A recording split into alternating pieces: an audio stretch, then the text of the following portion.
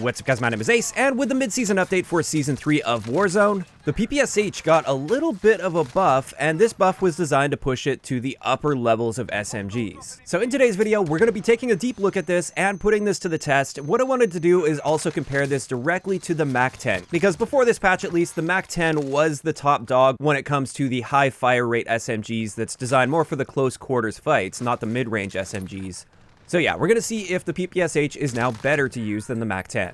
And diving right into it, the main change that they made to the PPSH is they boosted its torso damage from 27 up to 28. This also impacted the base damage to the limbs from 24 up to 25, and then the headshot damage changed a little bit, but we're going to have a look at headshots after we take a look at body shots first. So taking a look at the comparison here, you can see the PPSH does deal more damage than the MAC-10. It also has a slightly better range than the MAC-10, although they're both pretty similar here. They both have pretty solid range values for SMGs. And then taking a look at the number of shots it takes to kill to the torso, against 3 armor plates, the PPSH will now take 9 shots to kill, whereas pre-patch it was 10 shots to kill, and the MAC-10 takes 11 shots to kill, but it does have a higher fire rate, so just keep that in mind. And taking this a step further and starting to look at the time to kill values, the first thing I wanted to point out here is just how forgiving these guns are when it comes to hitting torso shots versus limb shots. And it turns out, with the new damage profile of the PPSH, all 9 shots have to hit the torso in order to get a 9-shot kill against a fully plated enemy.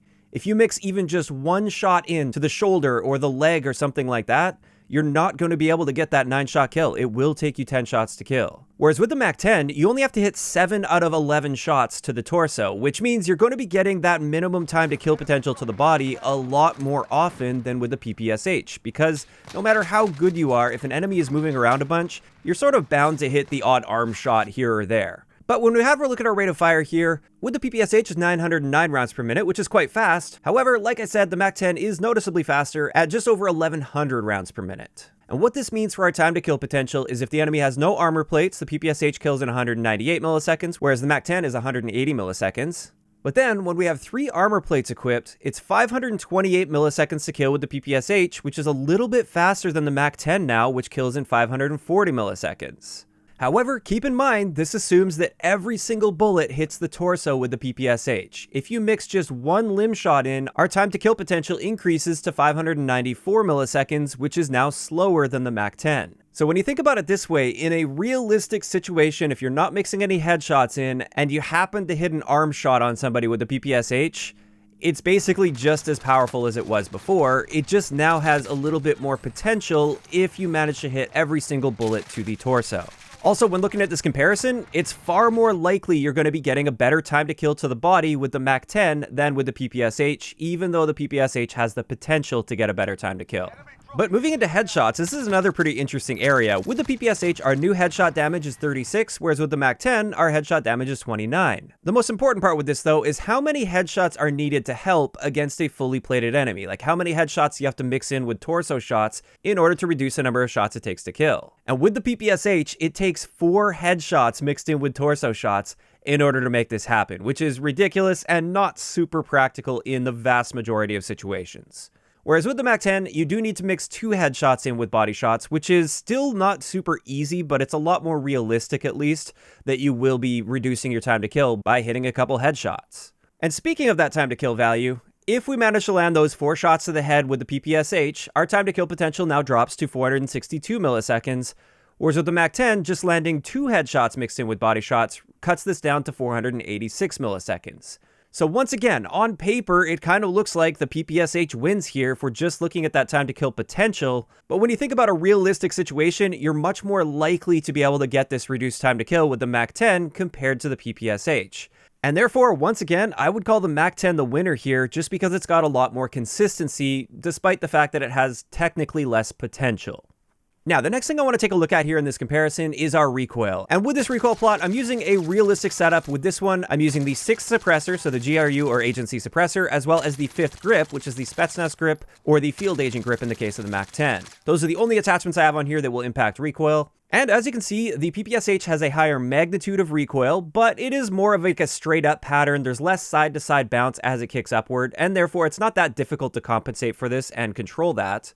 Whereas the MAC-10 has a lower magnitude, but it's definitely got more side-to-side bounce to it. So either way you go, these SMGs are both fairly easy to control, at least within their effective ranges, and you shouldn't have too many issues with the recoil. Having said that though, if I'm just bringing my personal experience in here, I honestly feel a bit more accurate with the MAC-10 than with the PPSH. I feel more comfortable stretching the ranges out a little bit, I feel more comfortable actively aiming for the head, but at the end of the day, I've got no issue controlling either of these SMGs. Now just quickly, I wanted to show the recoil comparison using the same attachments as before, but we've also included the task force barrel on this as well, because that's often a very good choice for SMGs. And in this case, the magnitude increases quite a bit on the PPSH, and I personally do find it becomes much more difficult to control with the task force barrel, because it's got a pretty extreme initial view kick on it, which can be hard to get a handle on. Whereas with the MAC-10, I still got no problem controlling this recoil, and I would say with the task force barrel, the MAC-10 is actually noticeably better than the PPSH when it comes to recoil. Now finally for stats, I did want to have a look at some of the handling stats, since those are very important with SMGs. And our aim down sight time stacked with the attachments that I would recommend using that actually impact our aim down sight time. So with the GRU or the agency suppressor on there, it turns out our aim down sight time is exactly the same with both of these at 234 milliseconds. However, we also have the quote-unquote new suppressor with this update where they changed the standard suppressor to be a lot more effective. And with this, for both of these SMGs, you can cut that down to 200 milliseconds. But again, they are equal here. I should also mention when talking about this new suppressor, when I was doing my recoil tests, I just found that the additional recoil benefit that you gain with the GRU or agency suppressor is well worth having this very slightly slower aim down sight time, because 234 milliseconds is still a great aim down sight time. You should have no issue with that, and I'd rather keep that recoil benefit, so that's why I do recommend using the GRU or agency on both of these guns. But then moving on to sprint out time, the PPSH does have a very slightly faster sprint out time than the MAC-10, but it's only like 1 frame at 60 FPS, so realistically this isn't going to change the outcome of too many situations. And then I also just wanted to mention our magazine capacity potential for the magazines we should be using is 71 rounds with the PPSH and 53 rounds with the MAC-10. So the PPSH does gain a clear advantage here, and that's one of the really nice things about using a PPSH, is you have an insane magazine capacity. And with that, that pretty much wraps it up for the side-by-side analysis that I want to do. Now I just want to share my thoughts on this. Is the PPSH the new meta? Is it the new top dog when it comes to the close quarters SMGs? No, not in my opinion at least. On paper, it looks really good if you're just looking at those time to kill stats now after this update where it got that slight damage boost.